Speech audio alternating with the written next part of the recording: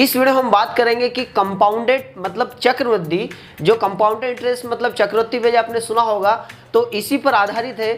तो कंपाउंडेड का आज हम डेली लाइफ में और हमारे बिजनेस में हमारी जो सफलता में सबसे बड़ा जो रोल होता है वो कंपाउंडेड का ही होता है। मतलब कोई चीज़ लगातार होती जाती है तो वो कंपाउंड होकर कितनी बड़ी हो जाती है ना। तो उसी पर बात करेंगे। तो एक बार आइंस्टीन ने कहा था कि चक्रवृद्धि ब्याज दुनिया का 8वां अजूबा है। तो कई सारे एग्जाम्पल्स में इस वीडियो में आपको समझाने का प्रयास करूंगा कि कितना महत्वपूर्ण है ये चीज़। तो चलिए शुरू करते हैं। मैं अमजद खान आप सभी का आपके अपने यूट्यूब चैनल पर स्वागत करता हूं। इस वीडियो की शुरुआत हम लोग हिमयुग से करेंगे कि हिमयुग एक्चुअल में कितने हिमयुग आए दुनिया में। टोटल 19वीं शताब्दी तक हमें पता चला कि टोटल 5 हिमयुग आए हैं।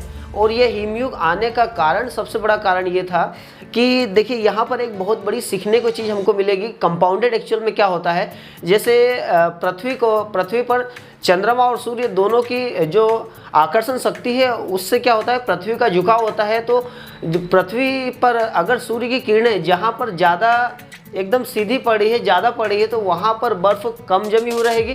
और जहाँ सूर्य की किरणें पृथ्वी पर कम गिर रही है या फिर तिरछी गिर रही है या न के बराबर गिर रही है तो वहाँ पर बर्फ़ ज़्यादा जमी रहेगी।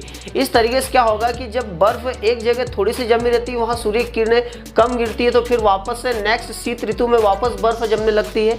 इस तरीके से धीरे धीरे करके वहाँ पर बर्फ़ बहुत ज़्यादा जम जाती है और ऐसा ही हिमयुग आया था।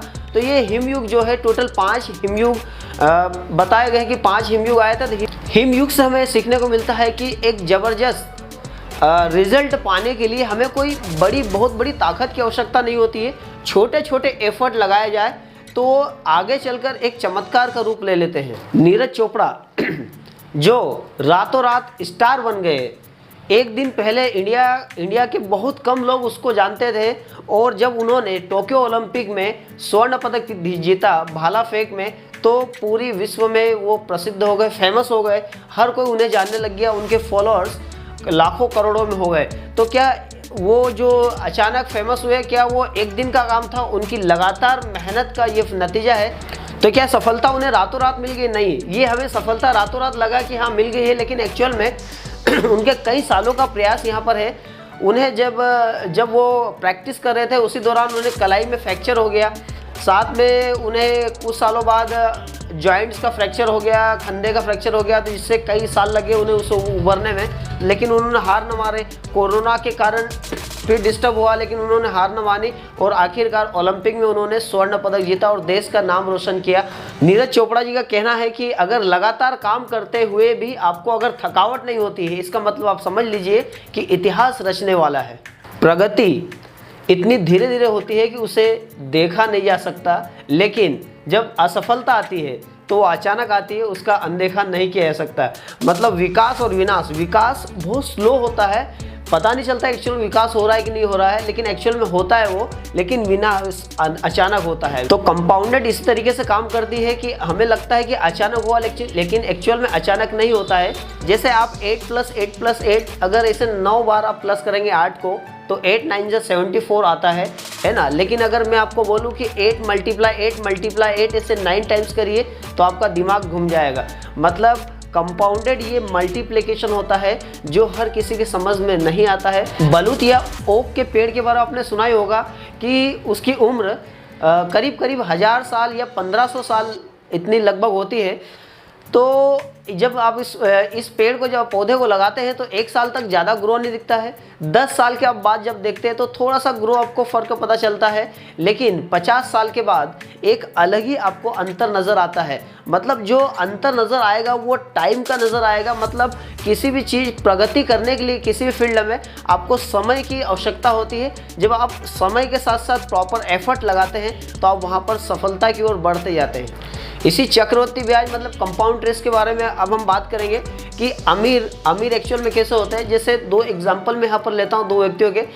वॉरेन बफेट का आपने नाम सुना होगा, जिनकी संपत्ति आज की तारीख में लगभग 84.5 बिलियन डॉलर है।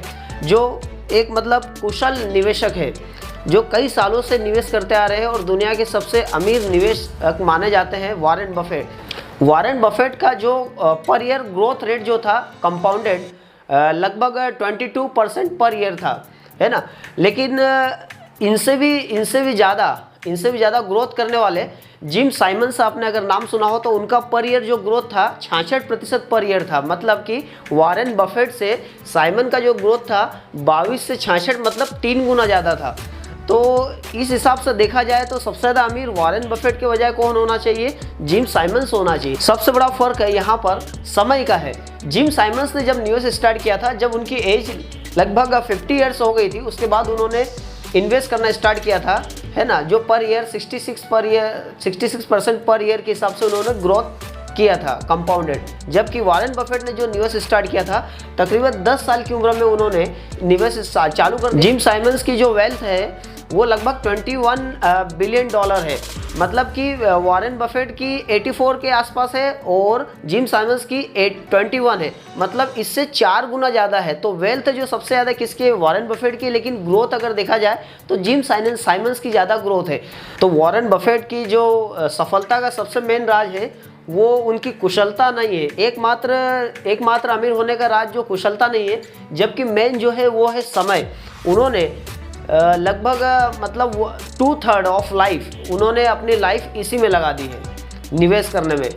तो इन सारे एग्जाम्पल से मैं आपको ये समझाना चाह रहा हूँ कि जो सबसे ज़रूरी चीज़ है वो है समय।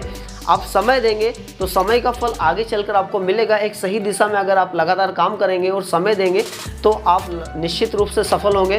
तो आप कितना कमा रहे हैं वैल्यू नहीं रखता है, बल्कि वैल्यू ये रखता है कि आप कितना बचा रहे हैं और उसको कहाँ इन्वेस्ट कर रहे हैं, कितने समय के लिए। तो यहाँ पर कमाने से ज़्यादा इम्पोर्टेंट है आपकी बचत। तो आप बचत भी करिए और उस बचत को एक सही जगह इन्वेस्ट करिए, जिससे कि आपको वो इन्वेस्ट कंपाउंडेड रूप से ग्रोथ करे। इस वीडियो में बस आज इतना ही। नेक्स्ट वीडियो में हम कुछ नया टॉपिक लेंगे जिससे आपका नॉलेज बढ़े और आप अपनी लाइफ में सक्सेस हो पाए। अगर इस वीडियो में कोई भी मुझसे गलती हो गई हो तो अपना छोटा भाई समझकर माफ़ करें। नेक्स्ट वीडियो में मिलते हैं हम लोग। Thank you so much for watching. जय हिंद।